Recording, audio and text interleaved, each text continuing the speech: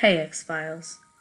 What I'm about to share with you today is one of the many relatively safe ways which you can access, but not quite enter, a place I like to call the shadow side. And its effectiveness depends on how seriously you take me. Your mileage may vary. Refer to the title. I won't tell you that you shouldn't be afraid of the shadow side. Chances are you've already seen it after all and merely think it was a recurring dream.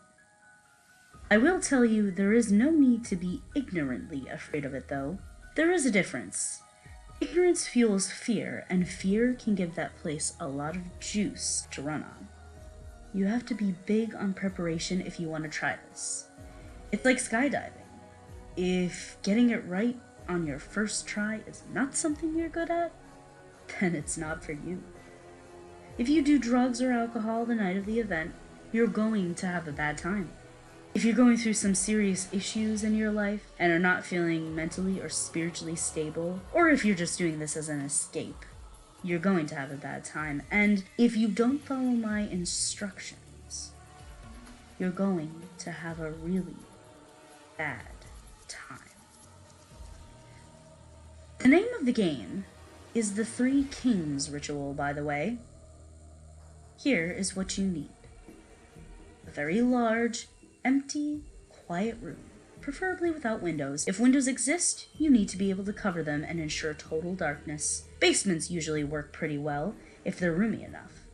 A pack of candles, you only use one if all goes well, and a lighter. A bucket of water and a mug. A large fan. 2 large mirrors, like the one on your dresser. Don't worry, they won't be harmed, and if they are, that's the least of your concerns. 3 chairs, an alarm clock, an active cell phone. Don't forget to charge the battery. A loved one willing to follow rules and go along with all this madness. A small toy or dear object from your childhood. Start the setup at around 11 p.m. Place 1 chair in the center of the room facing north. This is very important. Place the other 2 chairs exactly to the left and right facing your throne. The distance between your throne and that of your queen and fool should be about the length of your arm to each side, more or less. Place 2 large mirrors on the queen and the fool chairs left and right, facing you and each other. Try your best to have them stand at a 90-degree angle, or else you might get more or less than 3 kings. If you sit on your throne facing straight ahead, north, you should be able to perceive your own reflection in each of the 2 mirrors without actually having to turn your head. Just use your eyes.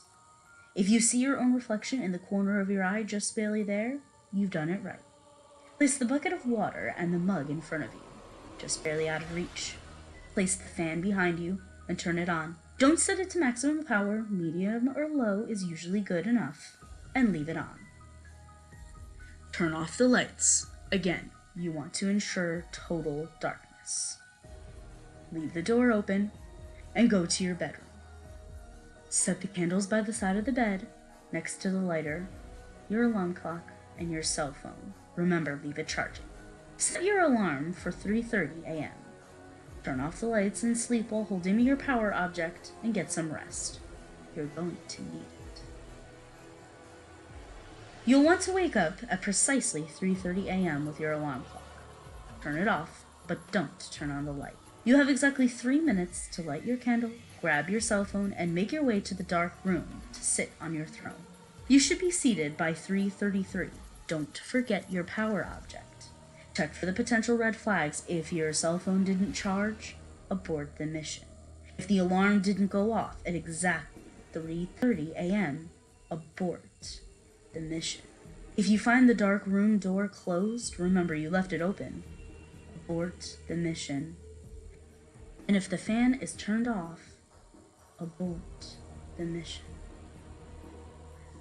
This is a side note. If you have to abort the mission due to any of the reasons above, leave the house with your loved one. Go to a hotel or something. There's no need to run. You have time to grab a jacket and your keys and whatnot, but leave. After 6 a.m., the coast should be clear. If all goes as planned, you can proceed and take your throne. do not look directly at either of the two mirrors beside you. Do not let the candle go out. The fan is behind you. You must protect the candle with your body, which is standing in between. There's a reason for this, as you'll soon see. Look straight ahead at the darkness, not at the candle, not at the mirrors, just straight ahead. Eagle-eyed readers surely noticed that I didn't say during the setup which chair was queen and which chair was fool. That's because it's your job to find out. And from their point of view, you are either their queen or their fool too, hence the three kings. I won't spoil what happens next, but suffice to say, you won't be alone, and if you have questions, you'll get answers. Sometimes in the form of new questions, but hey, that's the story of humanity. Just stay put and try not to move. Again, do not look directly at the mirrors, nor the candle, just straight ahead. Trust me. And don't chicken out either. You need to wait until 4:34 a.m. By this time, it's all over. It's okay to tremble a little bit, but try not to. Not because it affects the ritual, it's just kind of a wimpy thing to do while in polite company. Did I mention not to let the candle go out?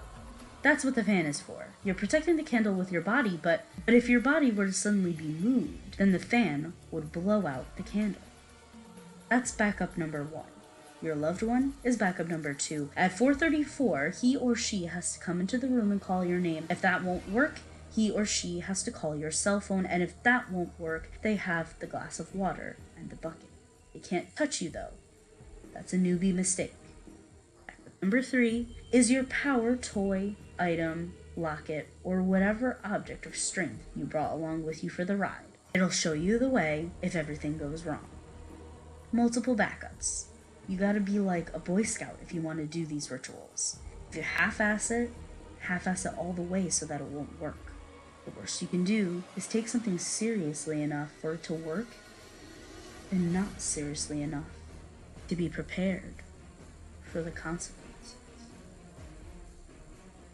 I'll say this, in closing. If in doubt, refer to the title. Hi, 207, it's Miss Viola Swamp.